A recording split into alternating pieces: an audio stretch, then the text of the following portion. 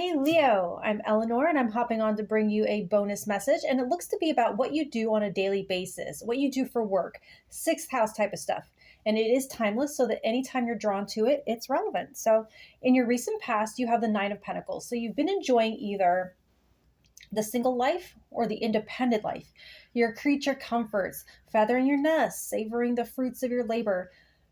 Maybe you've actually taken some time off from work because you can finally afford to, or you've recently retired, paid off a debt, something like this, where you've earned this place of security and relishing what you've worked for. The Nine of Pentacles also feels very cat-like to me. It's like, I don't need anybody. I have everything I need right here with my sunny spot and nothing being asked of me. And so some of you have found a way to create a more passive income stream here too. But I think the big thing that's jumping out to me about what I said is that there's nothing being asked of you, which might sound great, but your challenge with the Fool is there is something restless inside of you. No matter how comfortable this life is for all that you have, it's predictable.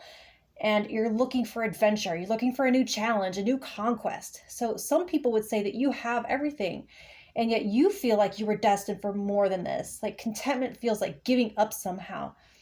And there's almost an impulse to chuck it all and to go for something more expansive. Backpack across a foreign country. Start your third or fourth business. Quit your steady job and strike out solo. So you're seeing this state as somehow mundane or basic, and you'd rather die than be basic. So you're like, what's this sweet launch pad without a rocket, right? So for the good stuff, you have the Six of Cups. You're independent, yes, but you're not alone. You have love and support for anything that you want to do. You have people willing to help you if it goes sideways. You have a place or person that you can always call home no matter how far you go.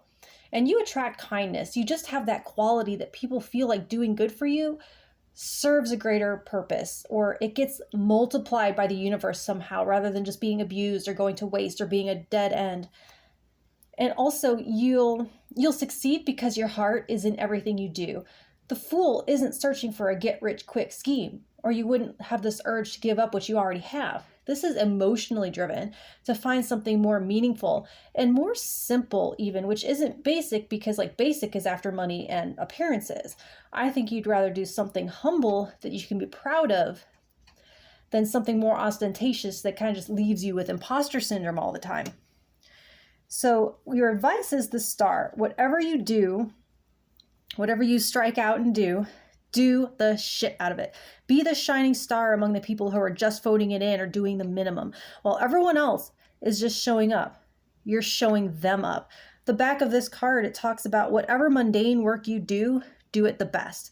Making hot dogs or cleaning floors, that's your art form. So make your resume the pink scented one like Elle Woods.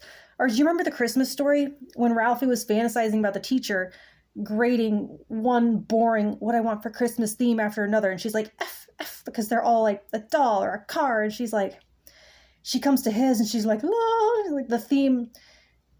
It's like she comes across his and she practically swoons. So be the one that makes them swoon after seeing 1,000 of the same thing because your motivation is completely different. You don't need the paycheck. You just want the title of best at everything. So your outcome with the Nine of Wands, you get a second wind, almost like your second act. So I feel like you might be older,